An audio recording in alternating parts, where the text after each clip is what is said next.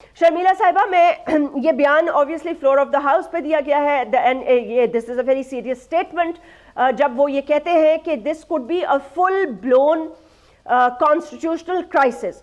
तो अगर ये एक क्राइसिस जो अगर ये डेवलप हो रहा है या होता नजर आ रहा है या हो चुका है या दो इदारे आमने सामने आ जाते हैं, क्योंकि इसके बाद जस्टिस मंसूर अली शाह जो आने वाले चीफ जस्टिस हैं उन्होंने भी एक जगह बयान दिया है, वो मैं आगे चल के आपको थोड़ा सुना दूंगी।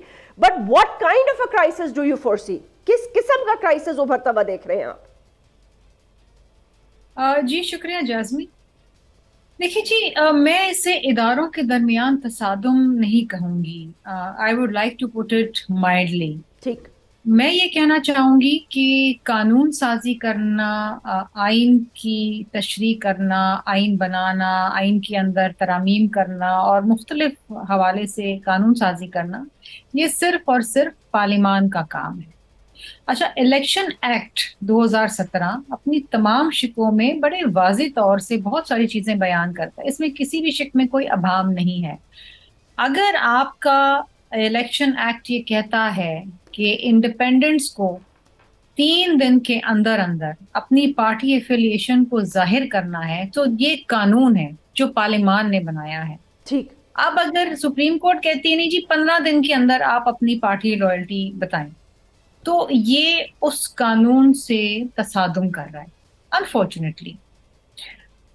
या तो पार्लिमान आइन बना ले और आइन के मुताबिक ये मुल्क चले, और अदलिया किसी किस्म के कोई इमोशनल या जज्बाती फैसले ना करे। ठीक।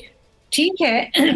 एक तासुर ये जा रहा होता था कि जी उनसे पीटीआई से बल्ले का निशान ले लिया, ज्यादती हो गई, फला हो गई। लेकिन उसके पसे मंजर में अगर आप देखें तो इसमें पीटीआई की अपनी गलतियां शामिल हैं। अगर आप अपने ही पार्टी के कॉन्स्टिट्यूशन के खिलाफ इलेक्शन करेंगे और इंट्रा पार्टी इलेक्शंस आपके अपने ही आइन के मुताबिक नहीं होंगे, तो इसमें मेरा या आपका कसूर नहीं है जासमीन, इसमें पीटीआई का अपना कसूर है। और अगर मैं थोड़ा सा और माजी के अंदर जाऊं तो ये 2013 में भी यही हुआ था। आपको याद होगा कि उस वक्त भी जब इनके इंट्रा पार्टी इलेक्शंस हुए थे तो उसके अंदर भी धांधलियां हुई थी, जिसके ऊपर इमरान खान ने जस्टिस वजी की सरबराही में कमेटी बनाई थी। उसमें भी ये साबित हुआ कि धांधली हुई है जी। लेकिन उसके नतीजे में दुरुस्तगी नहीं आई, जस्टिस वजी को फारिग कर दी इमरान खान ने।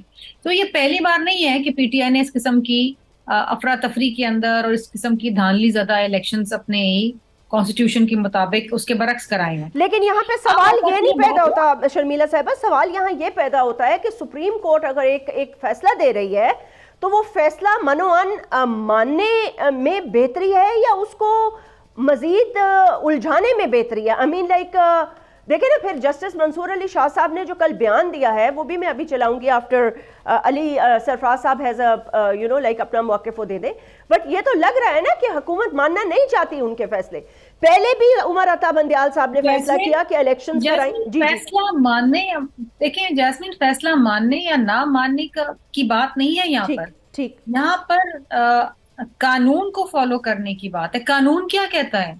आपका इलेक्शन एक्ट 2017 क्या कहता है कि 3 दिन है जिसमें आपने अपनी पार्टी एफिलिएशन को जाहिर करना है।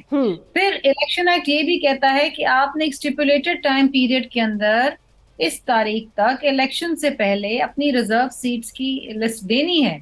अब ये तो नहीं हो सकता कि 6 महीने बाद आप अपनी रिजर्व सीट्स दें, या ये तो नहीं हो सकता ना कि 3 दिन में आपने एक पार्टी एफिलिएशन ज्वाइन कर ली, फिर मुझे ख्याल आया कि नहीं जी अब ये मुझे पार्टी पसंद नहीं है, अब 4 महीने बाद मैं दूसरी पार्टी ज्वाइन करने जा रही हूँ।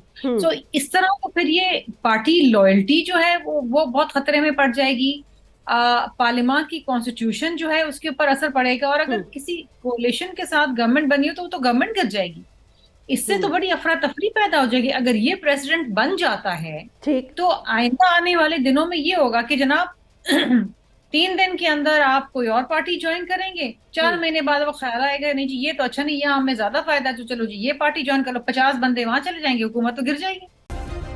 सब्सक्राइब करें और बेल दबाएं ताकि कोई खबर रह न जाए।